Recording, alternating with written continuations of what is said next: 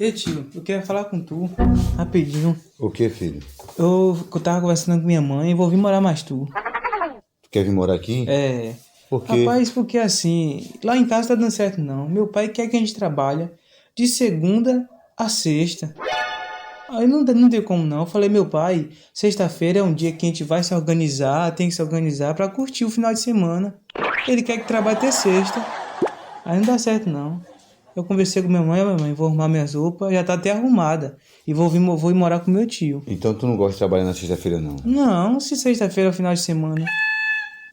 É um pouco difícil mesmo. Fala o seguinte, arrume sua roupa mesmo e venha morar aqui. Pronto, tio. Jamais eu vou deixar você trabalhar na sexta-feira. Aí, tá vendo? Você só vai trabalhar de segunda a quinta-feira. Pronto. Aí vai ficar... Aí você trabalha segunda até quinta e de sábado a domingo.